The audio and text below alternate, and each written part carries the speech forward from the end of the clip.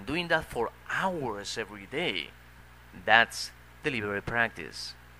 Consistency is crucial. As Erickson notes, elite performance in many diverse domains have been found to practice, on the average, roughly the same amount every day, including weekends. Evidence crosses a remarkable array of fields.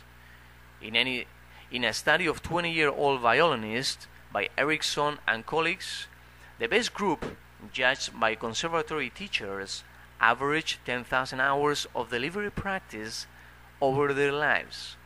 The next best averaged 7,500 hours, and the next 5,000. It's the same story in surgery, insurance sales, and virtually every sport. More delivery practice equals better performance.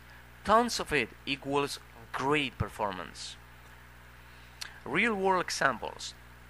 All this scholarship research is simply evidence of what great performance have been showing us for years. To take a handful of examples, Winston Churchill, one of the 20th century greatest orators, practiced his speeches compulsively.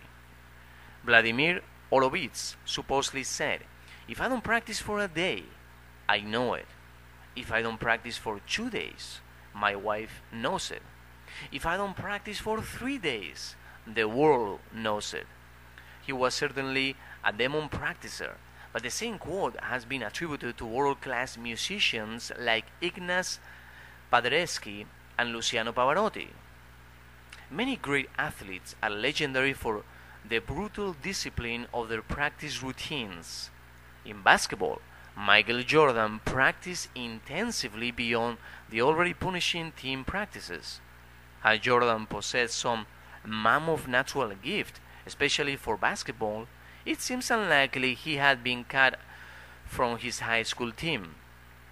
In football, all-time great receiver Jerry Rice passed up by 15 teams because they considered him too slow, practiced so hard that other players would get sick trying to keep up. Tiger Woods is a textbook example of what research shows. Because his father introduced him to golf at an extremely early age, 18 months, and encouraged him to practice intensively, Woods had racked up at least 15 years of practice by the time he became the youngest ever winner of the U.S. Amateur Championship at age 18. Also, in line with the findings, he has never stopped trying to improve, devoting many hours a day to conditioning and practice, even remaking his swing twice because that's what it took to get even better. The business side. The evidence, scientific as well as anecdotal, seems overwhelmingly in favor of delivery practice as the source of great performance. Just one problem: how do you practice business? Many elements of business, in fact, are directly practicable.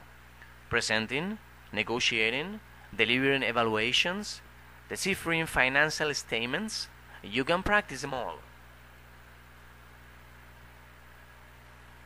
Still, they aren't the essence of great managerial performance. That requires making judgments and decisions with imperfect information in an uncertain environment, interacting with people, seeking information. Can you practice those things too? You can, though not in a way you would practice shopping etude. Instead, it's all about how you do what you're already doing. You create and practice in your work, which requires a few critical changes. The first is going at any task with a new goal. Instead of merely trying to get it done, you aim to get it better at it. Reporting writing involves finding information, analyzing it, and presenting it. Each an improvable skill. Chairing a board meeting requires understanding the company's strategy in the deepest ways, forming a coherent view of coming market changes, and setting a tone for the discussion. Anything that anyone does at work, from the most basic task to the most exalted, is an improvable skill. Adopting a new mindset. Armed with that mindset, people go at a job in a new way. Research shows that they process information more deeply and retain it longer. They want more information on what they are doing and they seek other perspectives. They adopt a long-term point of view. You aren't just doing the job, you are explicitly trying to get better at it in the large sense. Again, research shows that this difference in mental approach is vital. For example, when amateur singers take a singing lesson, they experience it as fun, a release of tension. But for professional singers, it's the opposite. They increase their concentration and focus on improving their performance during the lesson. Same activity, different mindsets. Feedback is crucial and getting it should be no problem in business, yet most people don't seek it. They just wait for it, half hoping it won't come. Without it, as Goldman Sachs Leadership Development Chief Steve Kerr says, it's as if you are bowling through a curtain that comes down to knee level. If you don't know how successful you are, two things happen. One, you don't get any better, and two, you stop caring. In some companies like General Electric, frequent feedback is part of the culture. If you aren't lucky enough to get that, seek it out. Be the ball. Through the whole process, one of your goals is to build what researchers call mental models of your business.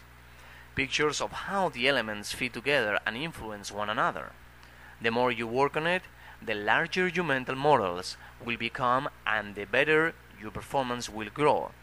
And the growth